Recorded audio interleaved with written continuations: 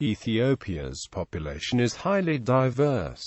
Most of its people speak Semitic, a Cushitic language. The Oromo, Amhara, Somali and Tigreans make up more than 3/4 of the population, but there are more than 80 different ethnic groups within Ethiopia. Some of these have as few as 10,000 members. English is the most widely spoken foreign language and is taught in all secondary schools. Amharic was the language of primary school instruction but has been replaced in many areas by local languages such as Oromo, Somali and Tigreans. The physical appearance of Ethiopians are also from diverse, ranging from a light-skinned Western Eurasian admixed to sub-Saharan phenotypes. Ethnicity Languages.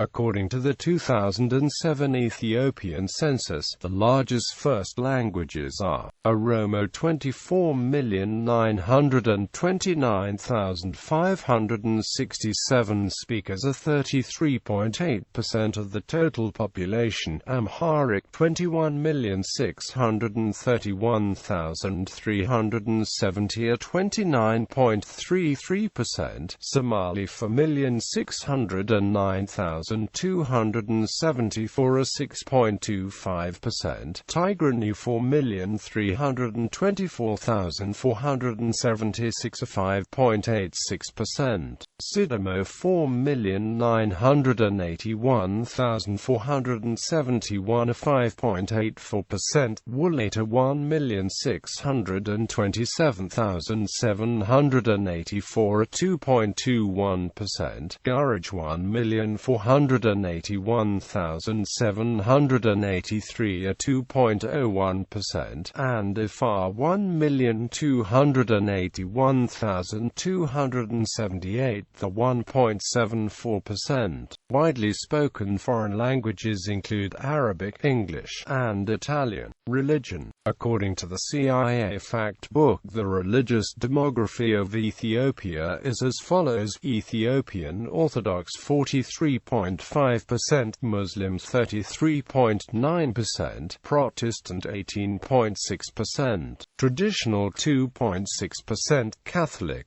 0.7%, other 0.7%. Diaspora. The largest diaspora community is found in the United States. According to the U.S. Census Bureau, 137,012 Ethiopian immigrants lived in the United States as of 2008. An additional 30,000 U.S.-born citizens reported Ethiopian ancestry. According to Aaron Mateo Terrazas, if the descendants of Ethiopian-born migrants are included, the estimates range upwards of 460,000 in the United States. A large Ethiopian community is also found in Israel, where Ethiopians make up almost 2% of the population. Almost the entire community are members of the Beta Israel community. There are also large number of Ethiopian immigrants in Saudi Arabia, Italy, Lebanon, United Kingdom, Canada, Sweden and Australia. Genetic studies. Autosomal DNA. Tishkoff et al. Identified 14 ancestral population clusters which correlate with self-described ethnicity and shared cultural and/or linguistic properties in Africa in what was the largest autosomal study of the continent to date. The Berger, Conso and Beta Israel were sampled from Ethiopia. The Afroasiatic-speaking Ethiopians sampled were cumulatively found to belong to 71% in the Cushitic cluster, 6% in the Saharan Dogon cluster, 5% in the Niger-Kordofan cluster, 3% each in the Nilo-Saharan and Chadic-Saharan cluster, while the balance of their assignment was distributed among the remnant associated ancestral clusters found in sub-Saharan Africa. The Cushitic cluster was also deemed closest to the non-African AACs, consistent with an East African migration of modern humans out of Africa or a back migration of non-Africans into Saharan and in Eastern Africa. Wilson et al. An autosomal DNA study based on cluster analysis that looked at a combined sample of Amhara and Oromo examining a single enzyme variance, drug metabolizing enzyme loci, found that 62% of Ethiopians fall into the same cluster of Ashkenazi Jews,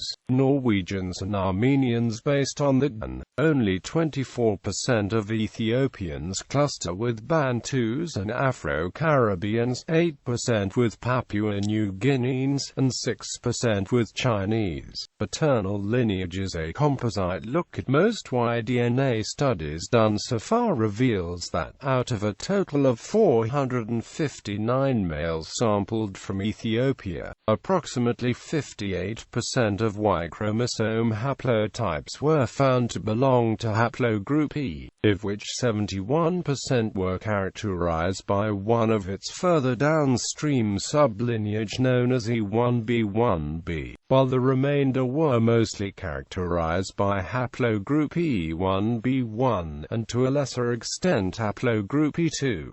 With respect to E1b1b, some studies have found that it exists at its highest level among the Oromo, where it represented 62.8% of the haplotypes, while it was found at 35.4% among the Amhara. Other studies, however, have found an almost equal representation of haplogroup E1b1b at approximately 57% in both the Oromo and the Amhara. The haplogroup is thought to have originated in Ethiopia or elsewhere in the Horn of Africa. About one-half of E1b1b found in Ethiopia is further characterized by E1b1b1a, which arose later in northeastern Africa and then back-migrated to eastern Africa. Haplogroup J has been found at a frequency of approximately 18% in Ethiopians, with a higher prevalence among the Amhara, where it has been found to exist at levels as high as 35%, of which about 94% is of the type J1, while 6% is of J2 type.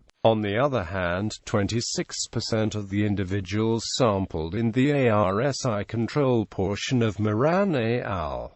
Were found to belong to haplogroup J. Another fairly prevalent lineage in Ethiopia belongs to haplogroup A, occurring at a frequency of about 17% within Ethiopia. It is almost all characterized by its downstream sublineage of A3b2, restricted to Africa, and mostly found along the Rift Valley from Ethiopia to Cape Town. Haplogroup A represents the deepest branch in the human Y chromosome phylogeny. Finally, haplogroup T at approximately 4% and haplogroup B at approximately 3% make up the remainder of the Y DNA haplogroups found within Ethiopia. Maternal lineages. The maternal ancestry of Ethiopians is similarly diverse. About half of Ethiopians belongs to mtDNA haplogroups L0, L1, L2, L3, L4, L5, or L6. These haplogroups are generally confined to the African continent.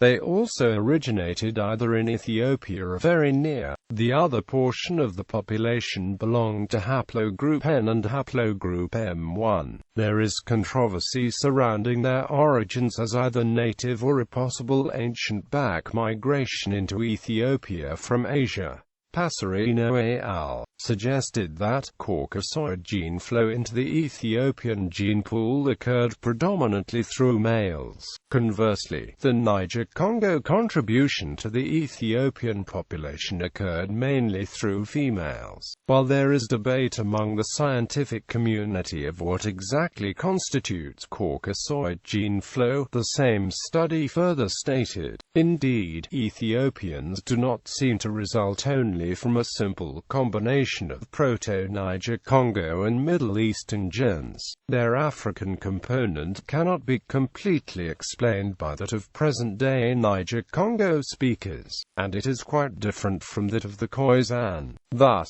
a portion of the current Ethiopian gene pool may be the product of in situ differentiation from an ancestral gene pool. Scott et al. Similarly observed that the Ethiopian population is almost equally divided between individuals that carry Eurasian maternal lineages, and those that belong to African clades. They describe the presence of Eurasian clades in the country as sequences that are thought to be found in high numbers in Ethiopia, either as a result of substantial gene flow into Ethiopia from Eurasia, or as a result of having undergone several branching events, endemic diffusion, acting as founder lineages for non-African populations. The researchers further found no association between regional origin of subject, so language family, and the mitochondrial type. The haplogroup distribution amongst all subjects from different geographical regions of Ethiopia is displayed in Table 3.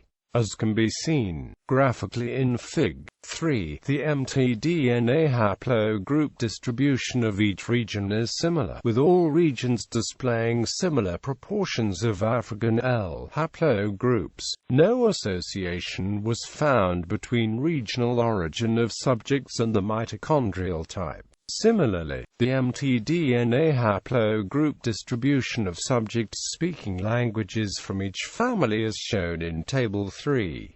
Again, there was no association between language family and mitochondrial type. As can be seen in Fig. 4, the haplogroup distributions of each language family are again very similar. In addition, Musilova et al. Observed significant maternal ties between its Ethiopian and other Horn African samples with its Western Asian samples, particularly in terms of the HV1b mtDNA haplogroup.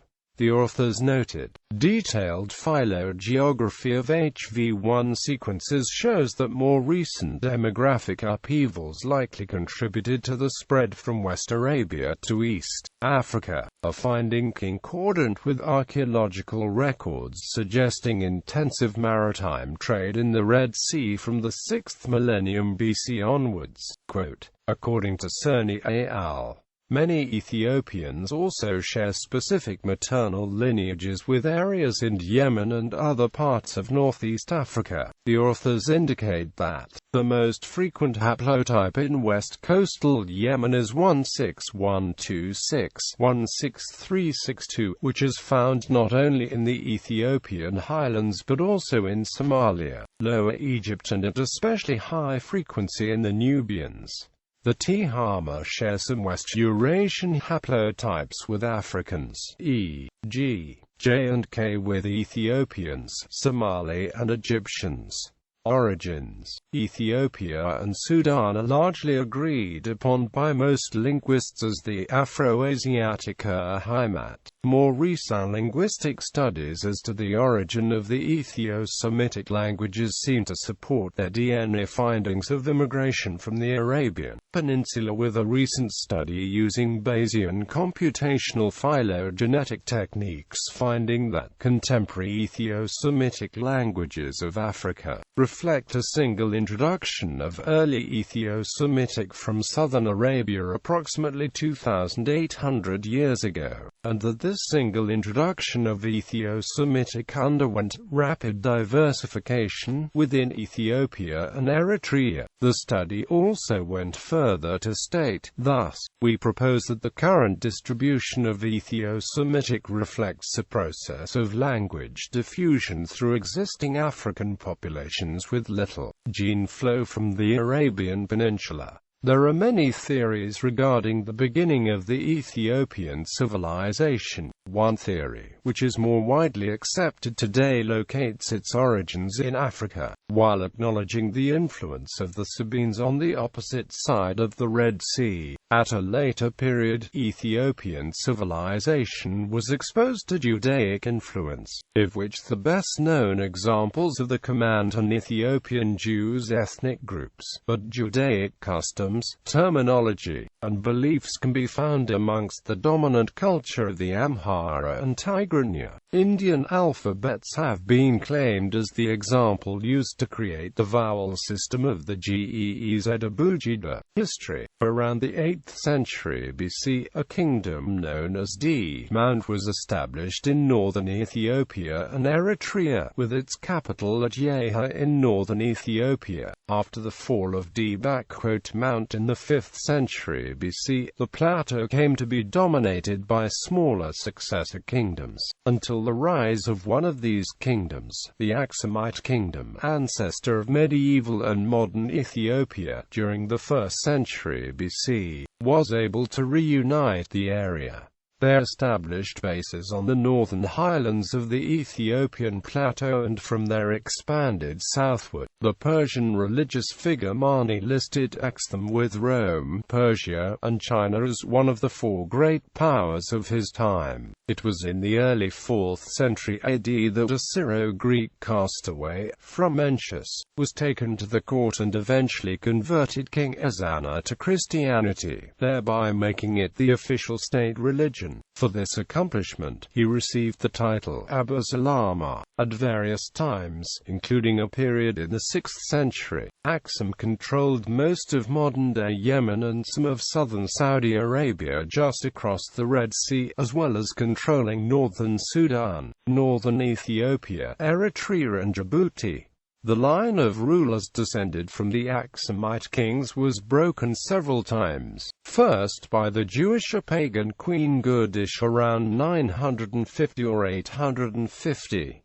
It was then interrupted by the Zagwe dynasty. It was during this dynasty that the famous, rock-hewn churches of Lalibela were carved under King Lalibela, allowed by a long period of peace and stability. Around 1270, the Solomonic dynasty came to control Ethiopia, claiming descent from the kings of Aksum. They called themselves Negus or Negist, basing the claims on the direct descent from Solomon and the Queen of Sheba. During the reign of Emperor Yeshak, Ethiopia made its first successful diplomatic contact with a European country since Aksumite times, sending two emissaries to Alphonse V of Aragon, who sent return emissaries that failed to complete the trip to Ethiopia. The first continuous relations with a European country began in 1508 with Portugal under Emperor Lebna-Dengel, who had just inherited the throne from his father.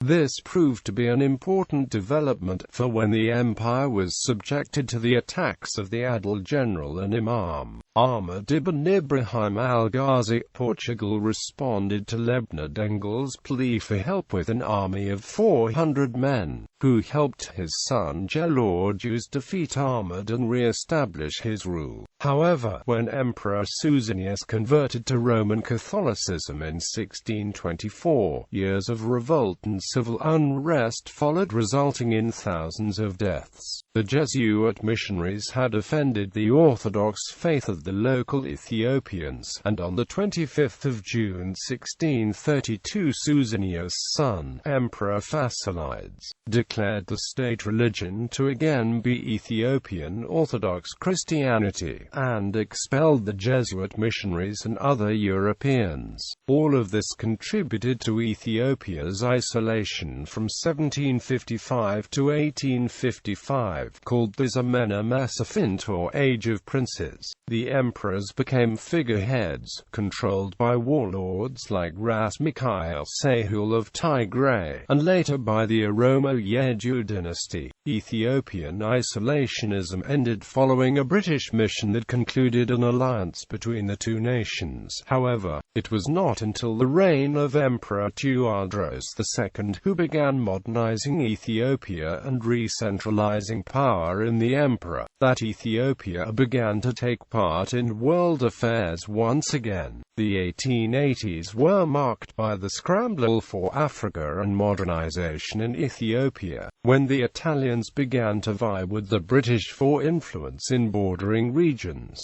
Esseb, a port near the southern entrance of the Red Sea, was bought from the local Afar Sultan, vassal to the Ethiopian emperor. in March 1870 by an Italian company, which by 1890 led to the Italian colony of Eritrea. Conflicts between the two countries resulted in the Battle of Adar in 1896, whereupon the Ethiopians defeated the Italian forces and remained independent under the rule of Menelik II. Italy and Ethiopia signed a provisional treaty of peace on the 26th of October 1896. The early 20th century was marked by the reign of Emperor Haile Selassie I, who undertook the rapid modernization of Ethiopia, interrupted only by the brief Italian occupation. British and Patriot Ethiopian troops liberated the Ethiopian homeland in 1941, which was followed by sovereignty on the 31st of January 1941 and British recognition of full sovereignty with the signing of the Anglo-Ethiopian Agreement. In December 1944, Ethiopian Gurage's original Semitic group of Ethio-Semitic. When Gurage people travel to trading Middle East, they bring to Ethiopia Semitic language.